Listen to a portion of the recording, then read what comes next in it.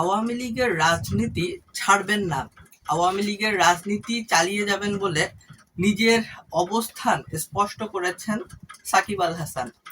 Shakib Al Hasan Bangladesh cricket দলের সাবেক অধিনায়ক ছিলেন। পৃথিবীর অন্যতম সেরা একজন ক্রিকেটার, বাংলাদেশের গর্ব, বাংলাদেশের অহংকার। এই ক্রিকেটার গত দ্বাদশ জাতীয় সংসদ নির্বাচনে আওয়ামী লীগের মনোনয়ন নিয়ে মাগুরা ১ সংসদীয় আসন থেকে তিনি সংসদ সদস্য পদে প্রতিদ্বন্দ্বিতা করেন এবং এমপি নির্বাচিত হয়ে আসেন, সংসদ সদস্য নির্বাচিত হন। আজ একটি অনলাইন নিউজ পোর্টালকে, বিডি নিউজ 24-কে সাক্ষাৎকার দিয়েছেন সাকিব আল হাসান। সেখানে সাকিবের কাছে প্রশ্ন করা হয়েছিল যে আপনি কি দল চেঞ্জ করবেন বা রাজনীতিতে থাকবেন নাকি রাজনীতি ছেড়ে দিবেন, ভিন্ন কোনো দলে যাওয়ার কোনো পরিকল্পনা আছে কিনা বা আওয়ামী লীগে থেকে যাওয়ারও কোনো পরিকল্পনা আছে কিনা, আপনার রাজনৈতিক অবস্থান কি, এই বিষয়ে জানতে চাওয়া হয়েছিল। বিডি নিউজ 24-কে সাকিব আল হাসান বলেন যে আমি যখন যার সঙ্গে সংযুক্ত হয়েছি তাদের প্রতি অনুগত থেকেছি এবং প্রতিশ্রুতির যে জায়গাটা সেটি রক্ষা করেছি অথবা রক্ষা করে চলার চেষ্টা করেছি। কাজেই আওয়ামী লীগকে ছেড়ে দেওয়ার কোনো চিন্তা বা আওয়ামী লীগকে ছেড়ে দিয়ে ভিন্ন কোনো রাজনৈতিক দলে যোগদান করার কোনো পরিকল্পনা কিংবা ইচ্ছা সাকিবের নেই বলে তিনি জানান। এবং এই ধরনের চিন্তা সাকিব কখনো করেন না, অতীতেও করেননি, এখনো করেন না। এবং সাকিবকে প্রশ্ন করা হয়েছিল যে আওয়ামী লীগের রাজনৈতিক কার্যক্রমের উপরে তো নিষেধাজ্ঞা আছে, তো কার্যক্রম নিষিদ্ধ একটি রাজনৈতিক দলের সঙ্গে রাজনীতি করে আসলে রাজনীতিতে আদৌ কোনো অবদান রাখা যাবে কিনা, কোনো ইম্প্যাক্ট ফেলা যাবে কিনা, এমন প্রশ্নের জবাবে সাকিব আল হাসান বলেন যে এই নিষেধাজ্ঞাটা এটা আসলে খুব বেশি দিন টেকসই হবে না, খুব সহসাই এমন নিষেধাজ্ঞা কেটে যাবে বলে সাকিব আল হাসান মনে করেন, বিশ্বাস করেন।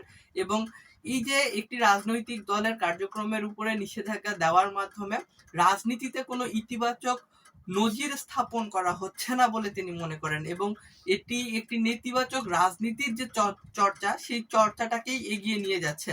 এখানে ইতিবাচক কোনো রাজনৈতিক নজির স্থাপন করা যাচ্ছে না বলে তিনি মনে করেন। এবং তিনি মনে করেন আওয়ামী লীগের সময়, অর্থাৎ আওয়ামী লীগ যখন রাষ্ট্র ক্ষমতায় ছিল তখন আওয়ামী লীগ যদি বিরোধী রাজনৈতিক যে দলগুলোকে রয়েছে, যে মত রয়েছে, সেটিকে দমন যদি করে থাকে, এটিও নিঃসন্দেহে একটি নেতিবাচক চর্চা ছিল।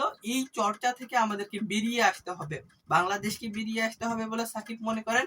এছাড়াও সাকিবের কাছে প্রশ্ন রাখা হয়েছিল যে দেশে ফিরবেন কিনা, তো তিনি বলেছেন যে আমাকে যদি হয়রানি করা না হয়, তাহলে এটি যদি আমাকে আগামীকাল নিশ্চিত করা হয় যে আপনাকে কোনো হয়রানি করা হবে না, তাহলে পরশু দিনই আমি দেশে ফিরবো, অর্থাৎ সাকিব আল হাসান দেশে ফিরবেন।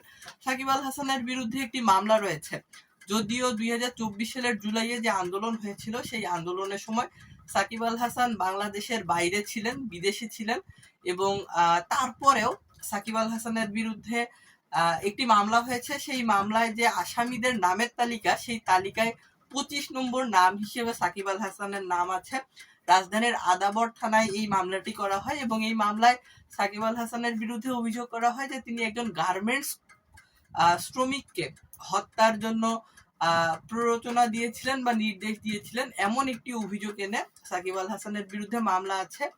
এবং এই মামলায় দেখা যাচ্ছে যে তাকে হয়রানি করা হতে পারে বা আওয়ামী লীগের রাজনীতির সাথে সম্পৃক্ত থাকার কারণে তিনি হয়রানির শিকার হতে পারেন, এমন একটি আশঙ্কা থেকেই মূলত তিনি দেশের বাইরে আছেন।